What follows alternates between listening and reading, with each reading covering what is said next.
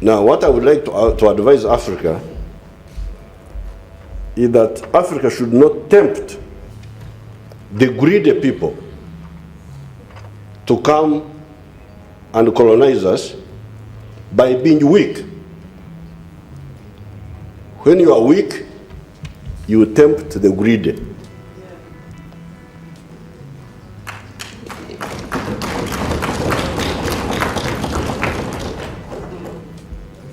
And it is your fault to be weak. Why are you weak? Why do you allow yourself to be weak? The other time when I addressed the South African Parliament, I gave the example. I said, suppose I get drunk with alcohol and I sleep by the roadside. And then because I am asleep, somebody comes and takes my money from my pocket.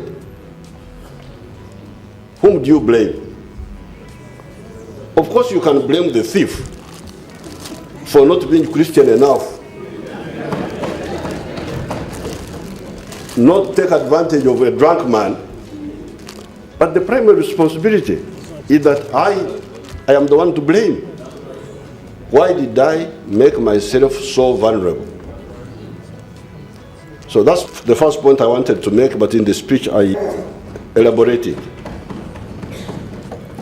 Now again in the Christian Bible, in the book of Isaiah, chapter 11, verse 6, it says,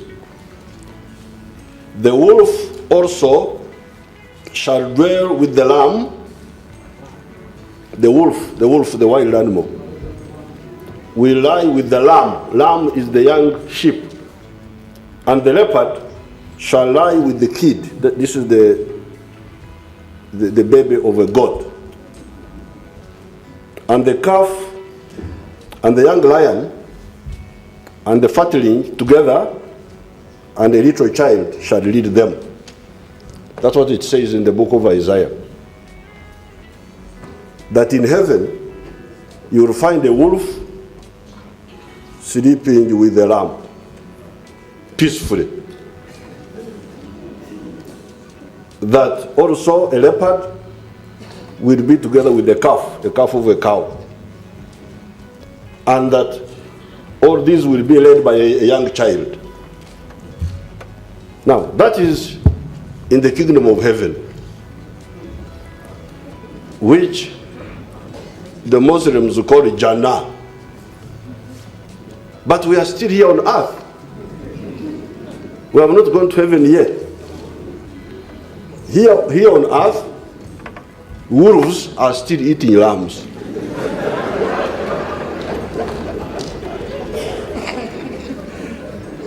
And leopards are still eating cows. And lions are still eating young goats. And certainly a young child cannot lead a lion here on earth. So, what I had come to tell you in my long speech here was about the wolves and the lambs here on earth, not in heaven, because we have not gone there yet. We are still here. So, as long as we are still here, let's deal with the issues that they are. Now, Africa is a huge continent. 11.7 million square miles of land,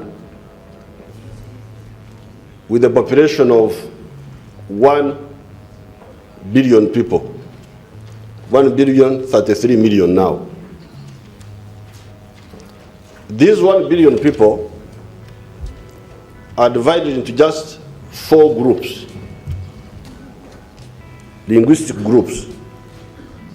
Sometimes they tell you that Africans are so different, they are from different tribes, but actually they are divided into just 4 groups.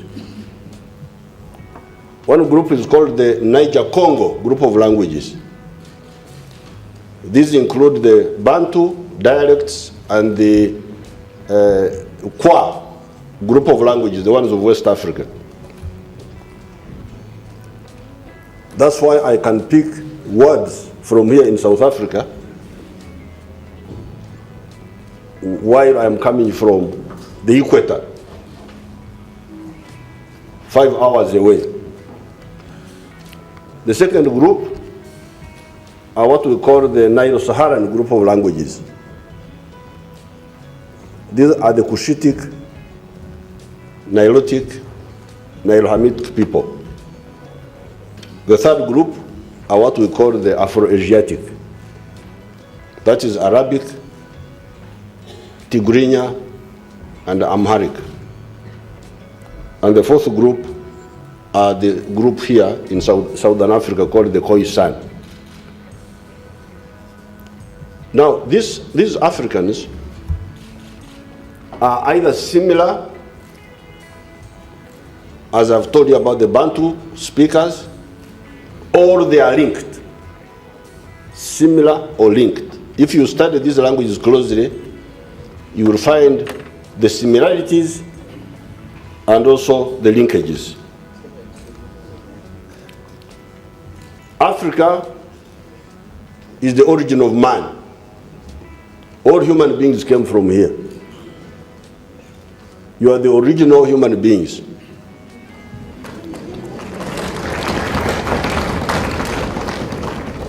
These Europeans and Chinese and all those fellows whom you see, all those are former Africans who went away. Africa is the cradle of civilization.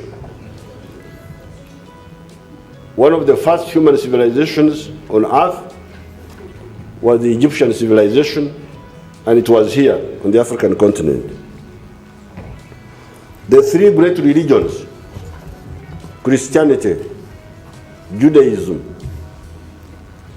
Islam, their founders all took refuge here when they had problems in the Middle East.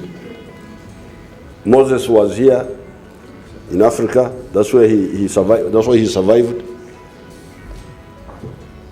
Jesus was brought here as a baby when the Jews wanted to kill him.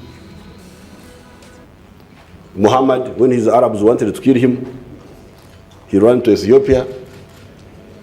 That is Africa. Yet, unfortunately, this Africa,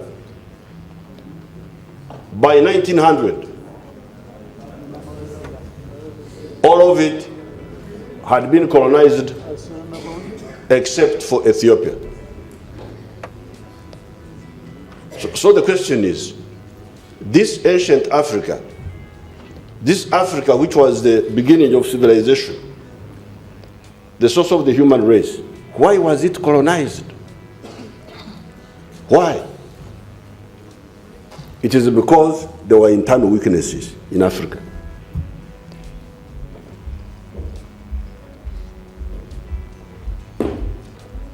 When you read my article here, you will see why. There were reasons. Some people trying to say it is because we did not have guns. That's not true. There are examples where people did not have guns, but they were able to defend themselves against these imperialists. China is one of them. When the Europeans went to China, China was backward in terms of technology. But it was able to defend itself against the Europeans. They could not colonize the whole of China. They ended up by taking Hong Kong and Macau, just a few points. China could not be swallowed. It was too big to swallow. Japan could not be colonized. Although they were still backward technologically, still they could not be colonized by the Europeans. Even Ethiopia, our own Ethiopia, was able to defeat the Europeans, the Italians, in 1896. So therefore, it was not just technology. There were some other weaknesses that enabled the whole of Africa to be colonized. Nevertheless, fortunately, Africans do not die easily.